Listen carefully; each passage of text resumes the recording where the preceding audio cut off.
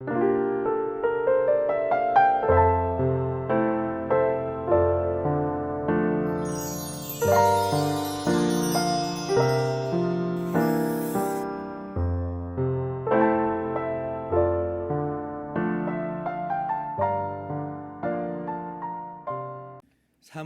10장 1절에서 16절까지 말씀을 교독합니다.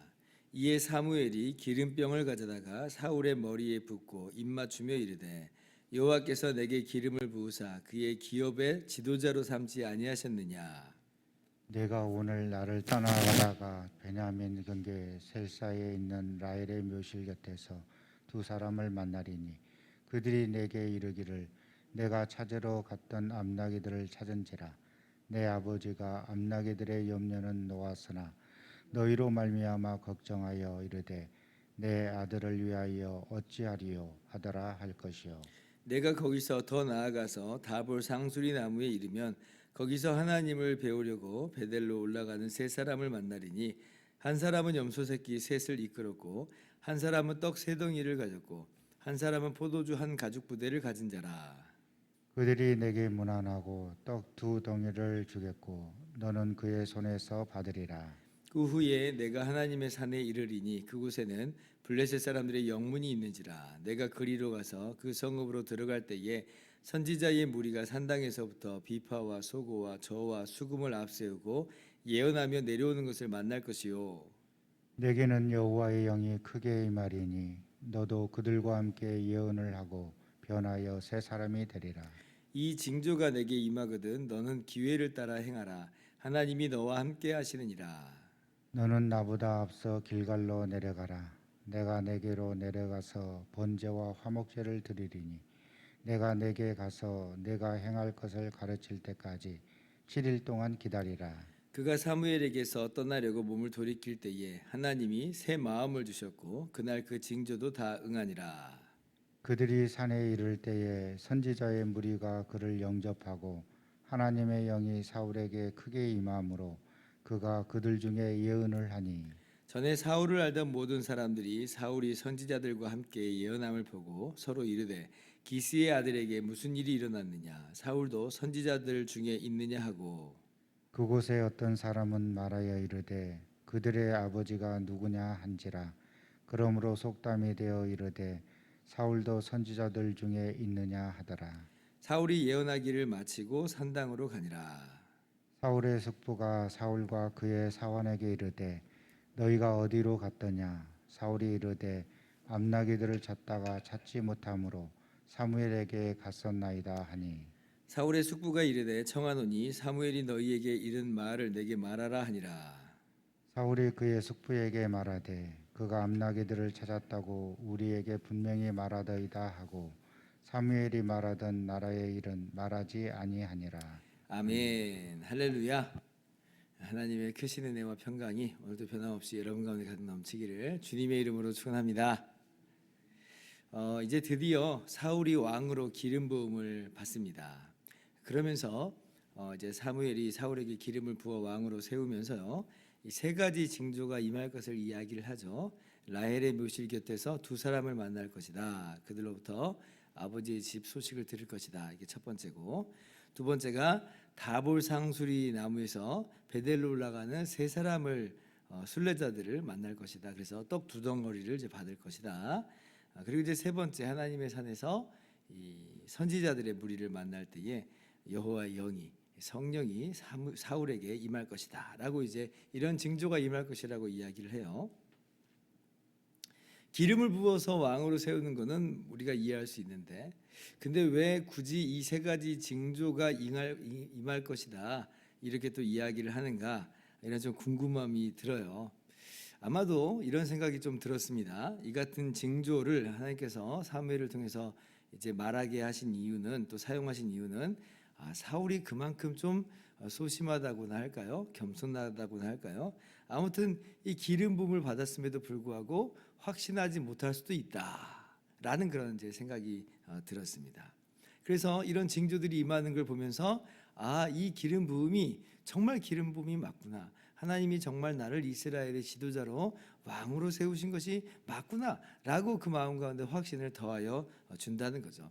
이렇게 징조를 통해서 또 표적을 통해서 하나님께서 확신을 더하시는 경우가 여럿 있죠. 모세 같은 경우에도 하나님께서 모세를 보내서 이스라엘 백성을 출애굽시키고자 한다고 하니까 아니 내가 무엇이건데 내가 누구건데 그런 일을 하겠느냐라고 하나님께 계속 못한다고 그렇게 거절을 하죠.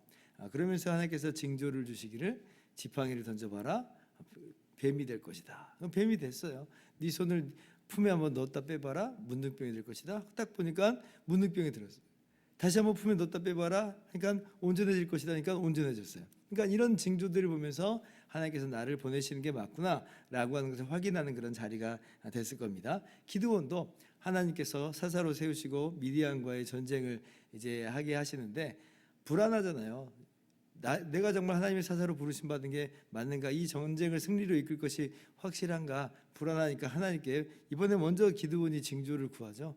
양털을 가지고 하나님을 시험하잖아요. 온 지면에 다 이슬이 있고 양털만 마르게 해주십시오. 또 반대로 양털만 이슬이 있고 온 지면은 마르게 해주십시오. 하나님께서 그 모든 징조들을 다 들어주셨어요. 그 말은 뭐냐면 불안한 마음, 떨리는 마음, 내가 과연 할 수 있을까라고 하는 그 마음을 붙잡아 주는 거예요. 그래서 정말 하나님께서 기름 부으신 것이 맞다라고 이제 확인하게 하시는 것이고 사울이 이런 징조들이 하나하나 맞아 떨어지는 것들을 볼 때에 정말로 와 하나님이 나를 이스라엘의 왕으로 지도자로 세우신 게 맞구나라고 그렇게 확신을 가질 수 있었을 것입니다. 그렇게 해서 이제 사울에게 하나님의 영이 이제 크게 임하지요. 하나님의 영이 성령이 임해요. 그러니까 이게 이제 신약 시대의 모든 성도에게 그리스도께 연합시키는 그런 성령, 내주하시는 성령으로서의 성령의 임재를 말하는 건 아니고요. 이제 구약 시대 특별히 하나님께서 어떤 일을 맡기실 때에 그 일을 수행하고자 은사와 능력을 주시는 그러한 특별한 몇몇 사람들에게 임하시는 그러한 성령의 임재를 이야기하는데 그렇게 이 성령께서 사울에게 오늘 강하게 임하시는 것을 봅니다. 그래서 사울이 이제 완전히 다른 사람으로 변모하게 되는 거예요. 나귀를 찾으러 간 사울이 이제 돌아올 때는 이전의 사울과는 전혀 다른 모습으로 나오는 거죠. 그래서 이제 이렇게 이제 사울이 예언을 하는 그 장면을 보면서 기스의 아들에게 이제 무슨 일이 일어났느냐, 사울도 선지자들 중에 있느냐라고 이제 그렇게 이야기를 합니다. 11절 보니까 그렇게 나와 있죠. 그러니까 사울의 변화가 너무 놀라운 거예요. 이 말이 이제 나중에 어떻게 사용되느냐 한다면 사람이 정말 몰라보게 급격하게 바뀔 때 이 말을 쓴다 그러죠. 사울도 선지자들 중에 있느냐. 그만큼 사울의 변화가 엄청나게 아주 급속히 이제 변화됐다라고 하는 것입니다.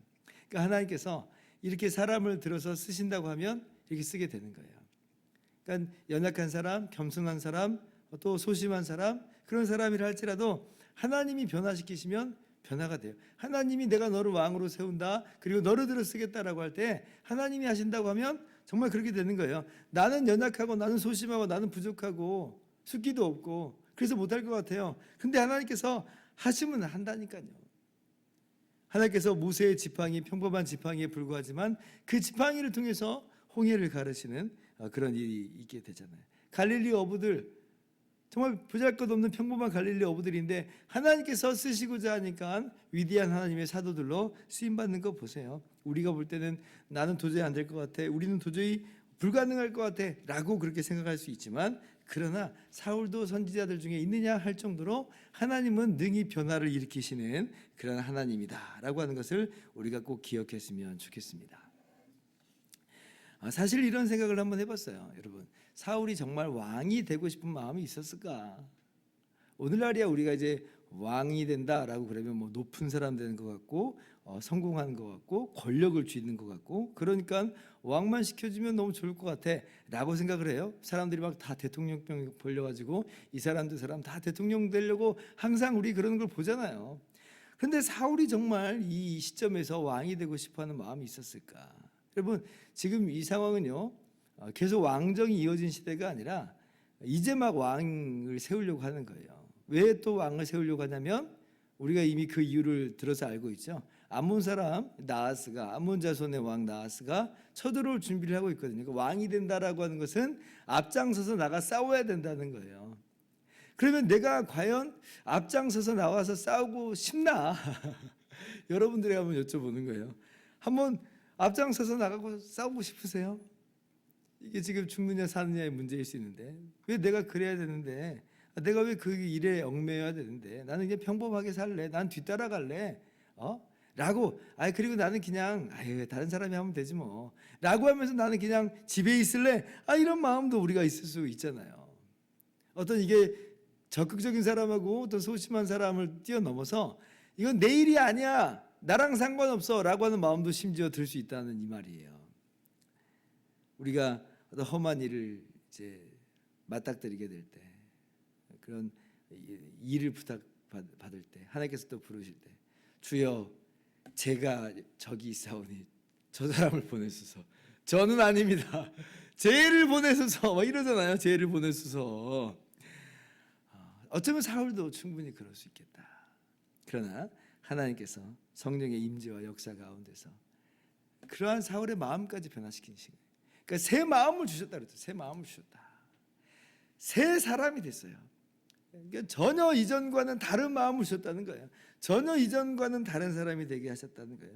그로 인하여서 하나님의 일을 감당하게 하신다는 거예요. 그래서 사울의 마음이 이렇게 변했을 겁니다. 다른 마음, 새 마음으로 변한 게 뭐겠어요? 그래, 내가 헌신해야 되겠다. 내 일신의 영화를 위해서 살아가는 게 아니라 하나님과 하나님의 나라 백성을 위하여서 내가 살아야겠다. 그래서 목숨을 잃는 한이 있더라도 나의 목숨 아까워하지 않고 앞장서야 되겠다. 이런 마음이 있는 거죠. 이런 마음이에요. 바울이 그랬잖아요. 바울이 소명을 받았을 때 주 예수께 받은 사명, 하나님의 은혜의 복음을 전하는 일을 마치려 하면은 나의 생명을 조금도 아까워하지 않겠다. 조금 더 귀한 것으로 여기지 않겠다. 이렇게 말을 한다고요. 그래서 사울도 아마 그런 마음으로 헌신된 마음이 불일 듯하게 일어나게 되었을 것입니다. 오늘 우리가 그러한 마음으로 우리를 새롭게 해달라고 좀 기도할 필요가 있을 것 같아요. 우리의 마음은 항상 뒷걸음질 치기 마련이거든요. 뒤로 좀 물러나고 싶어해요. 나 같은 게 뭘 할 수 있겠어? 다른 사람이 했으면 좋겠네 하면서 우리는 자꾸 뒷걸음질 치려고 합니다. 그러나 오늘 사울에게 임하신 성령의 역사가, 성령의 능력이, 성령의 그 소명과 그 능력 주심이 오늘 우리에게 임하여서 우리도 새 마음을 가지고 새 사람으로서 다른 마음을 가지고 다른 사람이 돼서 그렇게 하나님께 쓰임받는 그런 우리 모두가 되기를, 그렇게 우리의 모든 삶 속에서, 우리의 모든 사명 속에서 선한 영향력을 발휘하면서 살아가는 저와 여러분 되기를 주님의 이름으로 축원합니다. 기도하겠습니다.